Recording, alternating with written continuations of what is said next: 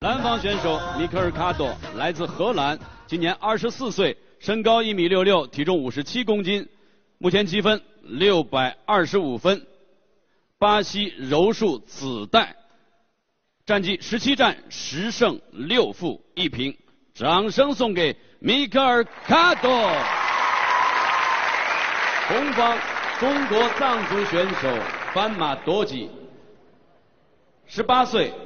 身高1.70米，体重57公斤，来自恩波格斗，目前积分875分，战绩3战3胜2次 TKO 对手。掌声送给格斗王子斑马多吉。场上裁判 Steve， 武林隆中队隆重开战。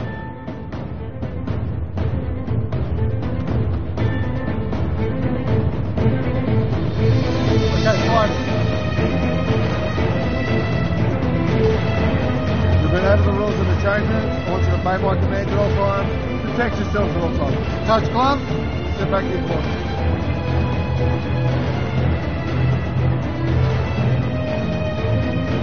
Jump. Jump. Jump. Run, give up.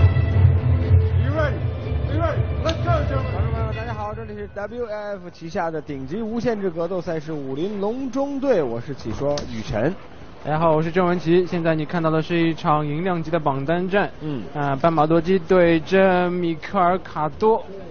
是的，这场比赛两人年纪是相差6岁，其他的数据的话，斑马多基高了4公分。对，米克尔是地面型的选手，是，毕竟是巴西柔术子代嘛，对，打站立为主。双方开赛前的对视来看，这应该是场漂亮后手，好的，要去抱摔了。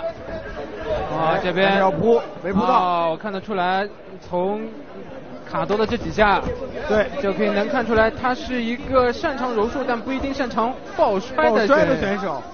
就是扑倒了以后可能比较擅长，但是怎么扑倒是个问题。对，现在斑马多基单手圈地，尽可能把身体的重心保持在站立的位置。是的，尽量把腿掏出来，推对手的头。抵着龙网，对，慢慢往上站，就一直是这样去抱摔对手，是很消耗体能的一件事情。好，又回到了站立当中。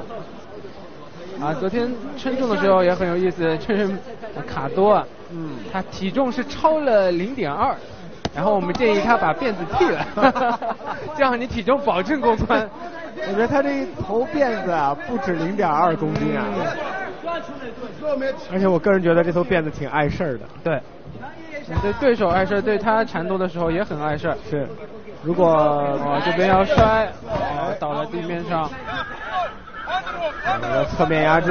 如果到了地面的话，应该就是卡多擅长的天下了。你看，一上来就是要过腿，还是侧面压制。对，斑马多基撑起来，小心被对手拿背，但是看上去已经拿到了。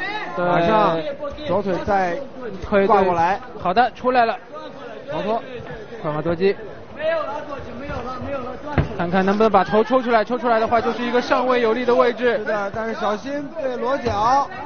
我现在看到，这个位置做裸脚还是很困难的。是的，但是米克尔卡多的右手已经掏到了，看出来了，漂亮，小心对手的三角脚啊！挂住。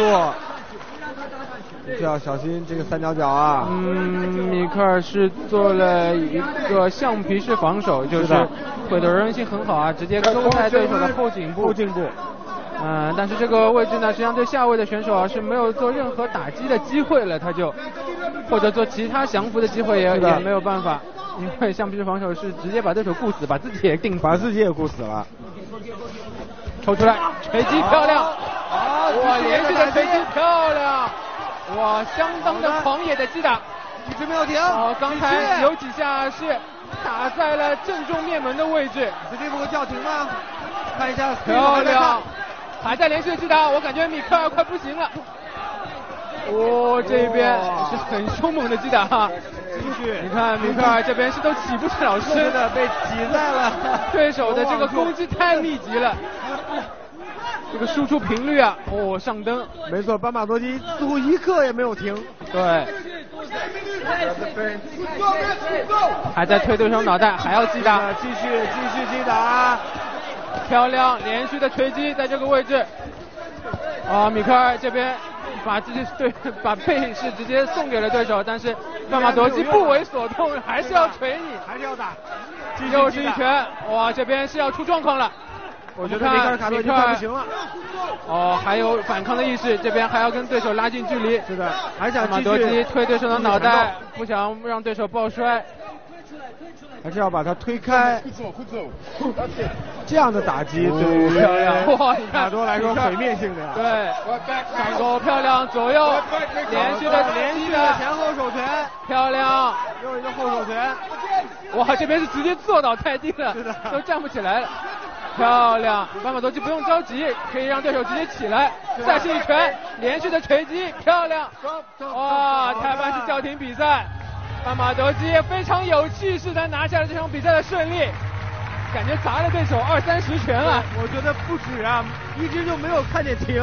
对，漂亮漂亮，恭喜他，18岁的小将很不容易。是的，米卡多被打的只有招架之功，没有还击之力啊，对，基本上没有任何有效的还击，就这样被来自藏族的小伙子班马多吉 TKO。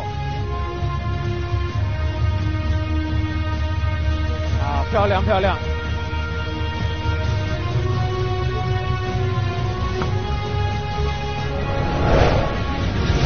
现在宣布比赛结果：4分45秒，红方 TKO 对手。比赛结果，红方胜。有请恩波格斗创始人、中国著名慈善人士恩波先生为获胜方颁奖。